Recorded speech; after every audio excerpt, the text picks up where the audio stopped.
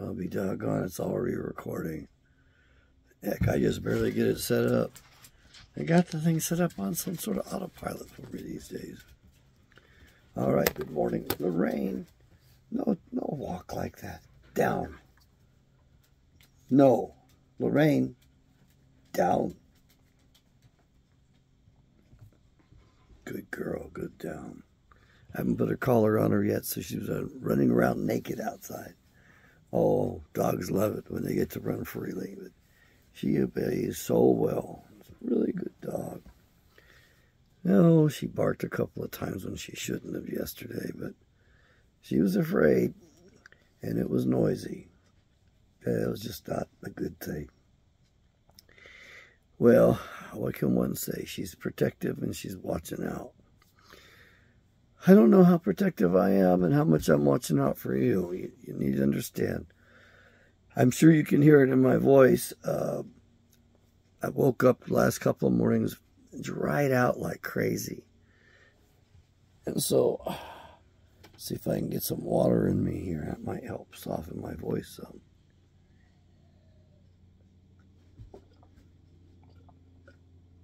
I take so many supplements and I ate a lot yesterday when I think about it. Anyway, I'm feeling a lot better. Oh, yeah. I've been sleeping as much as I can, so I took an afternoon nap yesterday, went to bed early, and woke up a little bit early today in the cool of the day. In the Bible, it was said that Adam walked with his father in the garden in the cool of the day. I used to think, well, that's got to be evening time. Then I realized, no, the cool of the day is right in the morning. Now, I'm pretty dried up. I sure hope I don't start coughing. I don't think I can produce a darn thing. But I'm still having some, I got to go buy some Pedialyte or something. I usually have that stuff on hand right in the refrigerator for when I get in some trouble. And I know my electrolytes are really thrown off. I just don't feel very good. Now, my mood has not been very good either. So I figure, hey, man, it's best to stay off camera and not to get out there and whine too much about what's going on, because you can't stop what's going on. But I get up to more bad news about the weather and people dying from the storms. And people will not wake up. You need to understand, these are weather wars. They have had the technology for decades. They've had the technology around since I was born. And before then, to manipulate the weather. They do that to us. They also use silent weapons on us for their silent wars. And they're killing us all the time, left and right. And you have most of the world thinking there's too many people on the earth. Well, there sure is an unnatural distribution of resources. It's not a very fair world, that's for sure. But we have got a really weird critter here in the United States. They think they're free people. They're so full of themselves. They've been so blown up. Their egos are so massive and so big. They say, oh, nobody would ever attack us. It wouldn't dare happen here. They're doing it all the time. All the time. Their entire professional apparati are doing the opposite of what they claim to be doing. They're hurting us. And I'll tell you, I'm not sure which is the worst of the professions right now. I'm not too happy with my own. Psychologists brought you wokeness. We forced you to accept a value system that was not your own. That was abuse. So most psychologists are not happy with the field at this point. There's a lot of people that are power hungry. They want to have power over other people. And I've never seen anyone wage power like a social worker or a child protective services worker. And the sad thing is that we had a gentleman testify recently before the Congress that the biggest trafficker of children, the biggest child trafficking organization is the United States of America. And Biden brought in a whole bunch of children to feed that market. That's what that was about. And you also need to remember, they gave us a $1,400 check out of the blue. Now, I didn't ask for it. I think it arrived at a good time. I think I spent it well. But everybody got a $1,400 check. Why is that? That, I believe, was the cost of a baby trafficked across our southern border into the country. You want to get yourself a brand new spanking baby, it was a $1,400 fee. And you could do whatever you want with it, as long as you remember to eat it when you were done playing with it. Some really weird messages among those people. And you've got the Hollywood trying to back off of their Satanism. And they're doing their best to put on a happy face. But the fact is, they've been worshiping Satan for so long, it's just second nature to them. Then you have a tremendous number of beautiful young actresses who are just drop-dead gorgeous. That's for sure. They're like baby dolls. They're so young, so cute, so beautiful, so vibrant. And they're busy telling women to dump their boyfriends, to dump their husbands, to end their relationships. It's about the worst advice to give a woman. I mean, when I meet a couple and I find out they're separated, I do my best to head that woman right back to that man. And usually it's up to the woman to establish the relationship and keep it going. But these women all believe the lie. I can do better.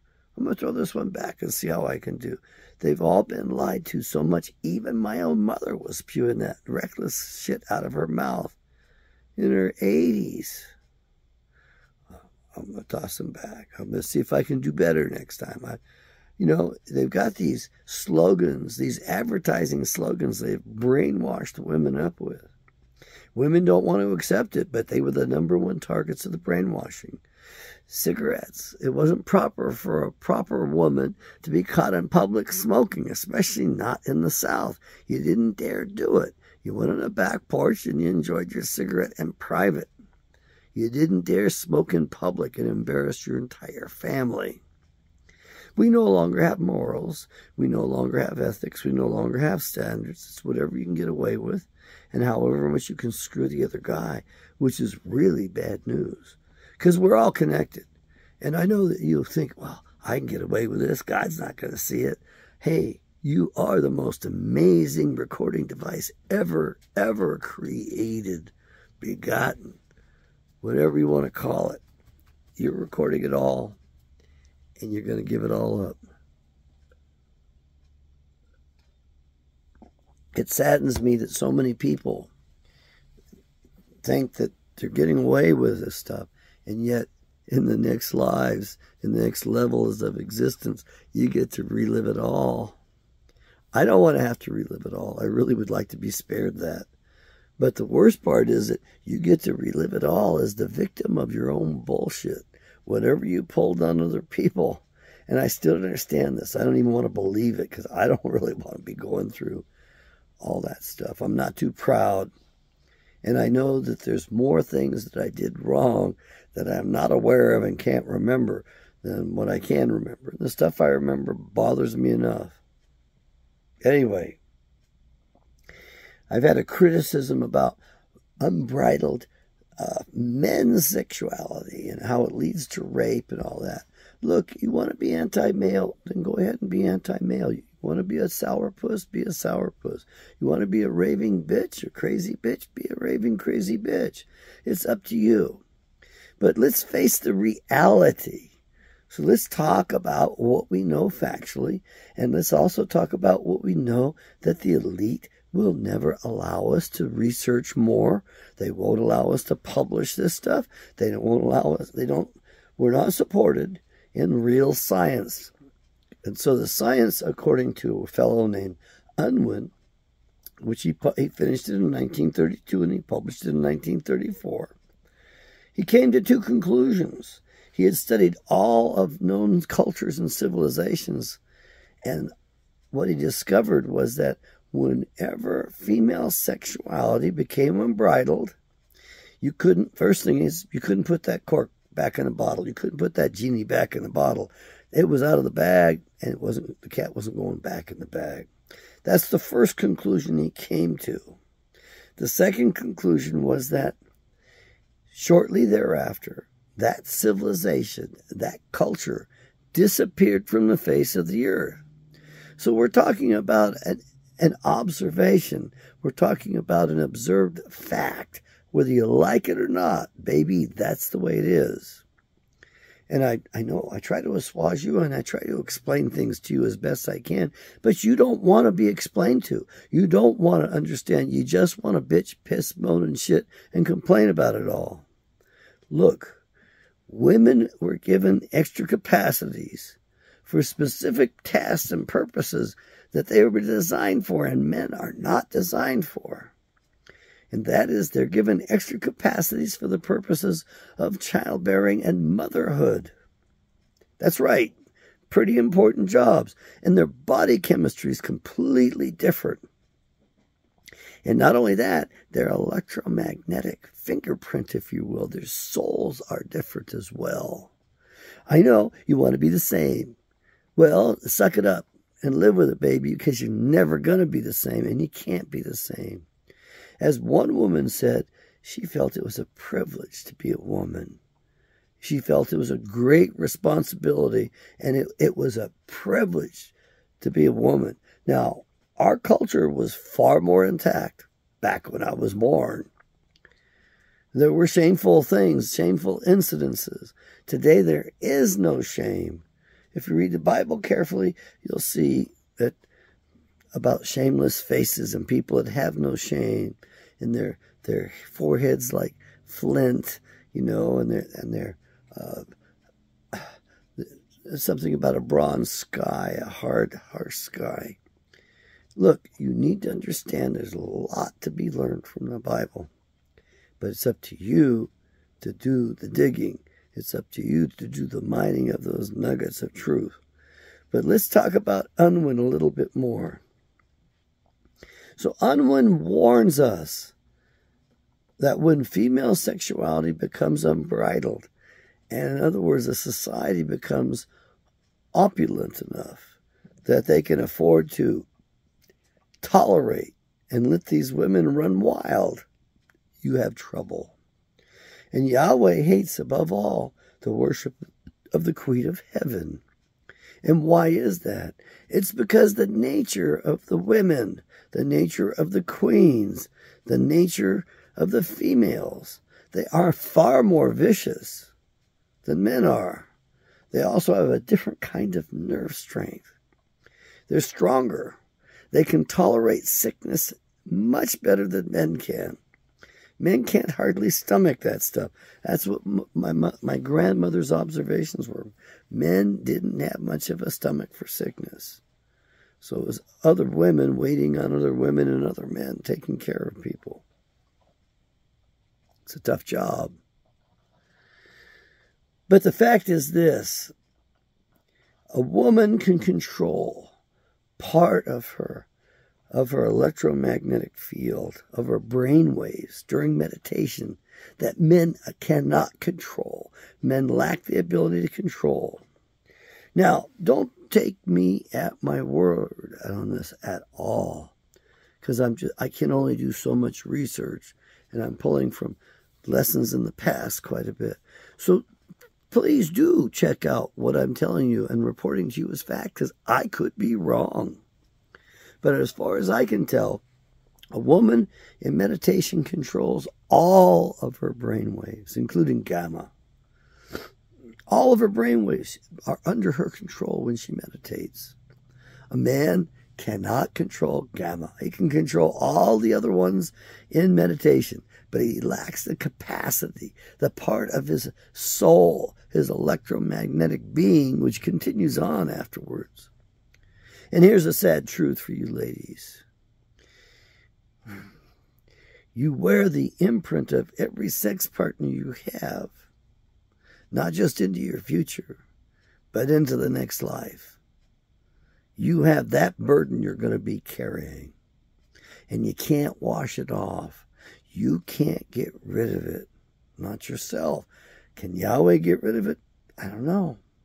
But what we do know is that they will not allow us to research or to replicate certain experiments because they don't want those facts getting out there. They don't want the truth about the oddity of human reproduction and fertilization, because there are rarities and oddities out there, and they don't want you understanding that those things are possibilities, because they want you running wild. They want you running rampant.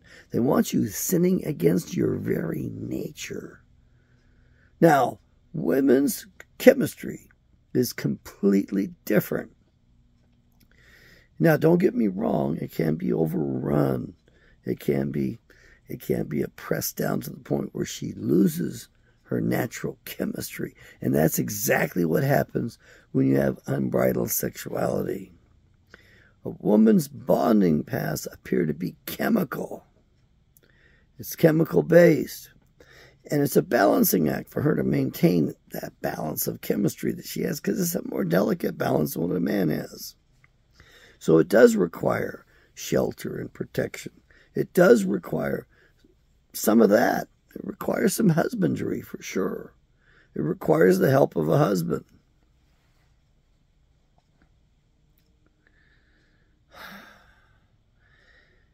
And because the body chemistry is so much more intricate of a female, the females are more prone to drug addiction.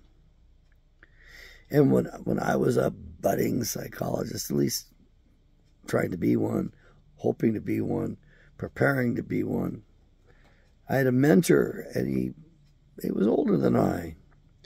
You learn more from the older people, by the way, which we no longer value in this country. It's just pretty sad, because these youngsters should be running around talking to the old people, getting gems of wisdom and knowledge from the seniors, from those who have had the experience.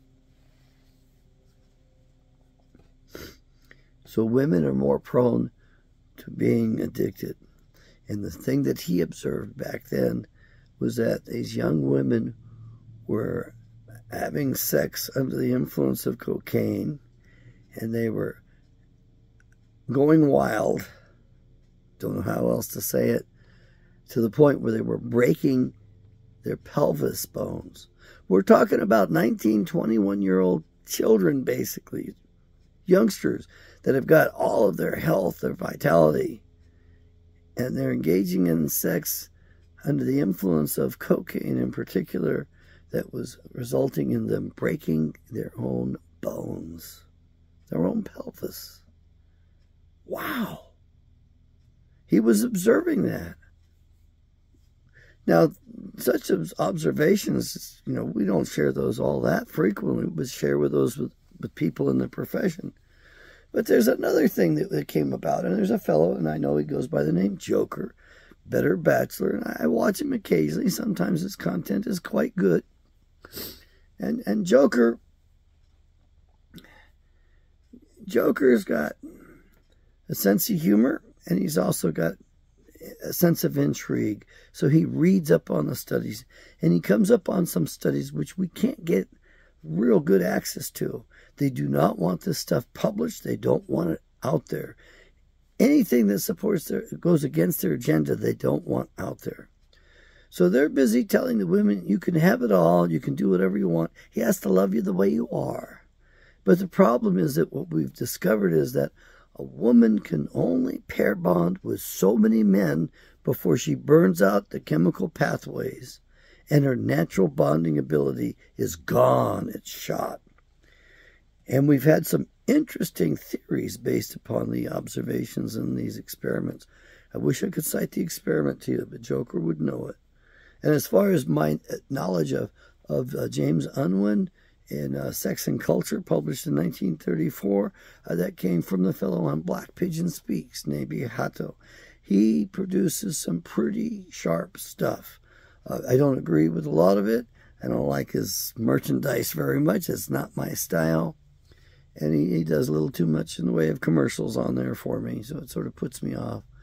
And sometimes he really just makes an observation, doesn't make his point, when I feel like he could do more. But what Joker told us was about in these studies that they found that a woman could pair bond with so many men, and then after having so many sex partners, she burned out the physical pathways for being able to bond. And there were all kinds of theories and conclusions of this. Lorraine, quiet. Come here. Come here. What did I say? Down.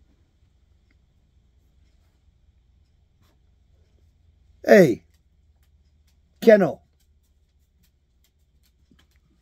Yeah, she just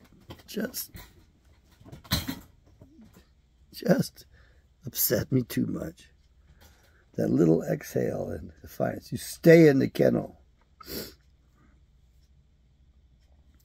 So when a woman hits so many sex partners, hold on a second.